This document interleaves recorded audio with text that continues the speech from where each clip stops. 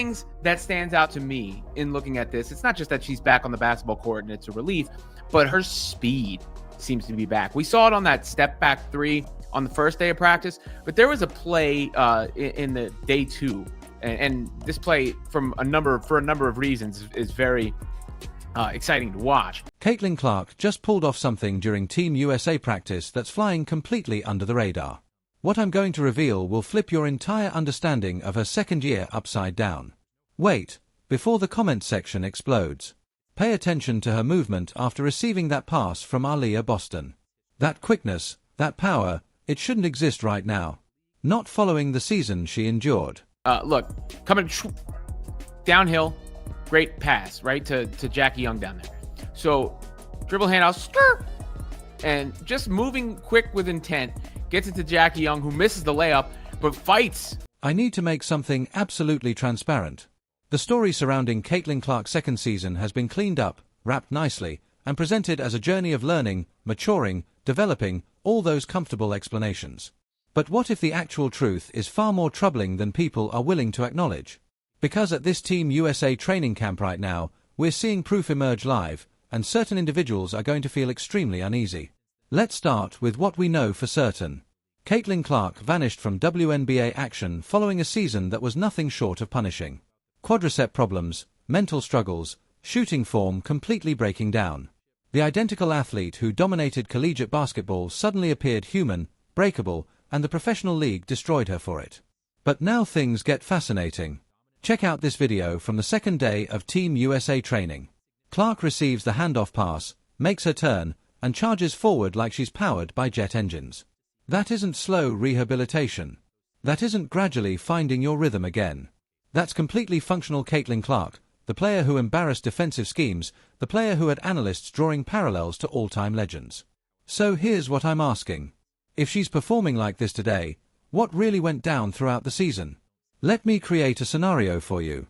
Clark arrives for her first year as the most anticipated athlete in WNBA existence. The weight is crushing. The demands are unrealistic. She gets excluded from the Olympic roster, which turns into this enormous scandal. Then she gains muscle mass, increases her weight, modifies her physical build, attempting to withstand the brutal punishment of elite basketball. And that's the moment everything begins crumbling. The quickness vanishes. The explosiveness dies. Her shooting appears robotic, strained, awkward. She's battling quadricep issues that everyone avoids discussing thoroughly. And suddenly, the conversation transforms from superstar to underperforming second-year player. From once-in-a-generation ability to overinflated college athlete who can't survive the professional level. But examine this footage once more. Actually study it. The acceleration pattern, the command, the assurance. That's not somebody who lost abilities and recovered them. That's somebody who possessed them continuously but couldn't unleash them. And that creates some genuinely troubling questions about what truly occurred throughout the season. Here's the truth everyone refuses to acknowledge openly. Caitlin Clark wasn't simply experiencing typical second-year challenges.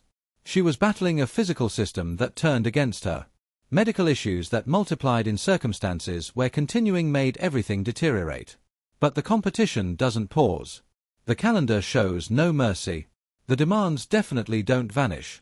So she competed injured, failed visibly, shed confidence in front of everyone, and spectators observed the gradual disaster while acting like it was simply adjustment issues. Examine her shooting technique in this training video. Smooth reception, solid foundation, tempo that appears natural. She admitted personally she abandoned faith in her shot previous season due to the injuries. Not because shooting fundamentals disappeared, not because professional basketball proved too difficult, because her physical condition prevented her from performing naturally. That's the element that should alarm everyone.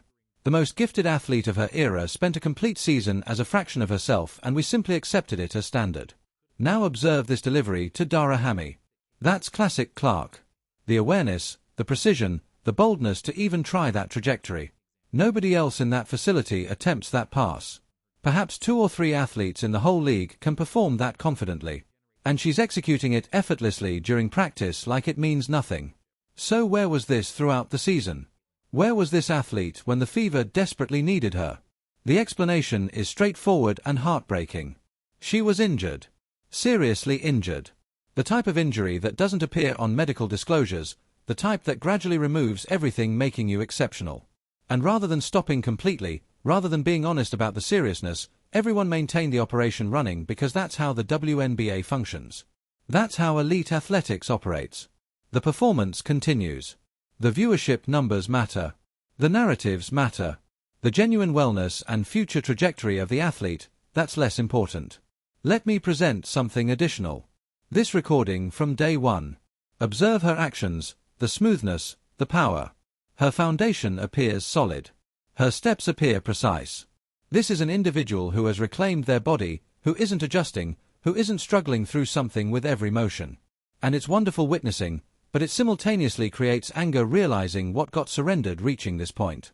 Here's the harsh truth nobody desires hearing. Caitlin Clark's second season could have been entirely avoided if somebody, literally anybody, had applied the brakes. If the Fever had valued her future wellness over immediate winning.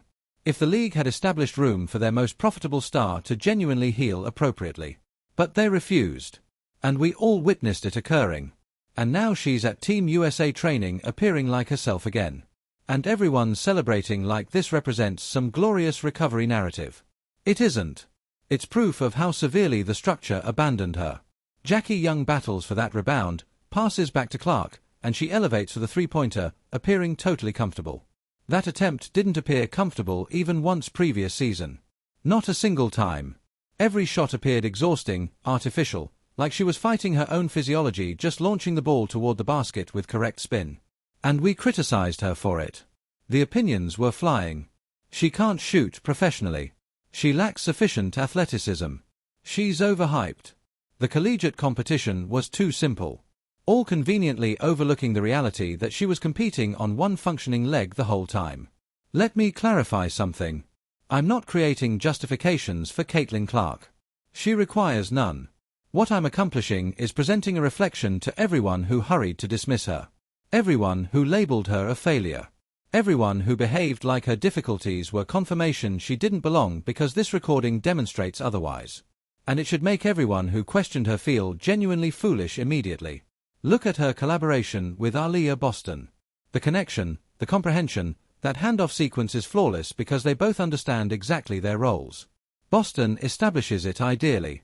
Clark attacks the opening with intention and suddenly the defense is panicking. That's what occurs when Caitlin Clark is healthy. The competition adjusts around her, chances emerge, and everyone surrounding her improves. The Fever absolutely need this version returning. Because honestly, previous season was difficult. They underachieved. The connection was problematic. The approach never properly aligned. And while countless reasons existed, the primary one was transparent. Their top athlete wasn't herself. But here's the complexity. Does she trust the Fever protecting her? Does she trust them controlling her minutes to value her wellness over victories? Because following what occurred previous season, I wouldn't criticize her for holding serious reservations. Now you've got Paige Buchers discussing this 2020 class representing collectively the emerging generation. This central group advancing through USA basketball together. Buchers, Clark, Cameron Brink, Angel Reese. All building connection at the international level while managing their professional journeys. And truthfully, that's where Clark might discover what she requires. A framework that genuinely appreciates her. Leadership that comprehends utilizing her. Partners who enhance her performance rather than complicating it. Listen to her discussing USA basketball, the path being eliminated before joining rosters, the challenges and triumphs. There's genuine respect there, authentic appreciation for representing those three letters. And perhaps, possibly, that atmosphere is precisely what she requires fully rediscovering herself. Because at Team USA, nobody's demanding she be the rescuer. Nobody's placing the complete franchise across her shoulders. She can simply be an outstanding athlete among outstanding athletes. And occasionally that's precisely what someone requires after bearing an impossible weight too long. But let's not deceive ourselves. When she returns to the WNBA, returns to the Fever, returns to being Caitlin Clark the cornerstone athlete, all those weights return. All those demands come rushing back and the question transforms into whether the Fever absorbed anything from previous season. Did they absorb that exhausting their star completely doesn't function? Did they absorb that safeguarding her wellness exceeds any individual contest? Did they absorb that perhaps, possibly, They require constructing a superior framework around her rather than anticipating her overcoming a dysfunctional one through pure determination. I'm not optimistic. Watch this retreat three-pointer from day one. The distance, the stability, the assurance. That's the attempt that created her reputation. That's the attempt that shattered collegiate basketball. And for a complete WNBA season, we barely witnessed it because she couldn't physically perform it the required way. And you know the most unfortunate element? She still achieved success. Even injured, even limited, even performing at perhaps 60% of her genuine capacity. She remained among the superior athletes in the league. Imagine what occurs when she's genuinely healthy. That's what should frighten everyone. Not because she'll dominate, although she will, but because we nearly lost this. We nearly watched injuries and poor management steal witnessing what she's authentically capable of. And for what? A few additional regular season victories that proved meaningless. Sue Bird stated Clark would require time recovering her fitness. That it wouldn't occur immediately. And she was accurate. But here's what Bird didn't mention. She didn't clarify whether the fitness concerns were simply regular off-season decline or whether they were the remaining consequences of competing injured for 6 months continuously. There's a distinction, and it matters because if this is simply Clark regaining condition following a standard off-season, excellent. That's controllable. That's anticipated. But if this is Clark healing from the collected damage of a season spent sacrificing her body, then we require having a significantly larger discussion about how the WNBA manages athlete wellness, particularly for stars, particularly for athletes the league desperately requires succeeding. Let's address the larger perspective momentarily. The WNBA is expanding, audiences are increasing, attention is rising, new supporter groups are developing, and a substantial portion of that expansion is directly connected to Caitlin Clark. Her collegiate performance attracted extraordinary attention to women's basketball. Her first season, despite the Olympic controversy, maintained focus on the league. But what occurs if they destroy her? What occurs if the injuries continue accumulating? What occurs if she's forced choosing between her wellness and her profession before reaching her peak? The league suffers, the sport suffers, and all that progress disappears. So watching this Team USA recording should be uplifting. She appears healthy. She appears quick. She appears like herself, but it should simultaneously be maddening because this is what we should have witnessed throughout. This is what the Fever should have safeguarded. This is what the league should have preserved. Instead, we received a warning story about what occurs when structures abandon their stars. Look at her executing that phantom screen with Angel Reese. Two of the most discussed athletes in basketball currently, developing connection at the international level. The All-Star Game interaction between them was enormous. The possibility of them combining internationally is significant. And yes, I recognize some individuals can't handle them being teammates without creating drama, but mature, outstanding athletes competing together improves the sport. Period. Cameron Brink is present, too. Another member of this talented class. Another athlete managing her own medical concerns. Another talent the league requires determining how to safeguard while optimizing. The trend is transparent. Young stars enter the league. The weight is tremendous. The physical requirements are harsh and the support frameworks aren't completely established yet. Something requires changing. When Clark discusses never taking USA basketball for granted, you can detect it in her voice. The appreciation, the recognition of how unique this chance is. And maybe that viewpoint is precisely what she required following the disorder of her first 2 professional seasons. A reminder that basketball can remain enjoyable, that it doesn't constantly require carrying impossible demands. That occasionally you can simply play. But understand clearly, when next season begins, when the spotlights return, when the Fever start their opening game, all of that weight returns, the questions return, the examination returns, and Caitlin Clark will be directly back in the pressure attempting to demonstrate she belongs while everyone observes for any indication of vulnerability. The distinction is now we understand what she appears like healthy. Now we possess proof. Now we can contrast what she genuinely is versus what we witnessed during a compromised season. And anyone still questioning her following watching this recording is either dishonest or unintelligent. Likely both. Here's my confident prediction. Caitlin Clark's 3rd season will be the most critical season in WNBA existence. Not for her profession particularly, though obviously it matters for that, but for what it symbolizes. Can the league safeguard its stars? Can organizations construct lasting winning frameworks around generational abilities? Can the sport manage expansion without sacrificing the individuals driving that expansion?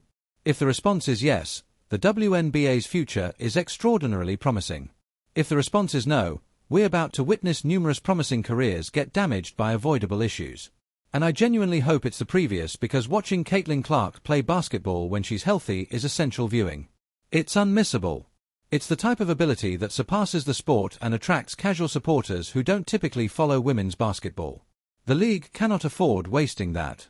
So yes, she appears quick in Team USA competition. She appears explosive. She appears confident. She appears like the athlete we all anticipated she'd become. And that's simultaneously the greatest news imaginable and a condemning criticism of everything that occurred previous season. You can't possess both perspectives. Either she was consistently capable of this and something blocked it, or she authentically struggled and magically corrected everything in several months. I understand which explanation makes more logic. The question currently is what occurs next. Does the Fever modify? Do they construct a superior roster surrounding her? Do they implement workload monitoring? Do they establish a framework that genuinely maximizes her abilities rather than revealing her limitations? Or do we execute the identical experiment again and anticipate different outcomes? Because if it's the second option, we already understand how that narrative concludes. And it's not attractive. Jackie Young battling for that rebound represents everything Caitlin Clark requires surrounding her.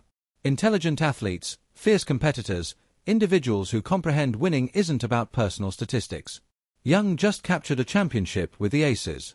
She understands requirements. Positioning her with Clark, with Boston, with the correct supporting roster, that's how you construct something genuine. But the Fever require determining that quickly, because Clark isn't going to remain indefinitely.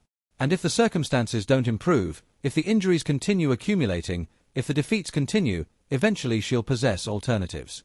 Free agency exists.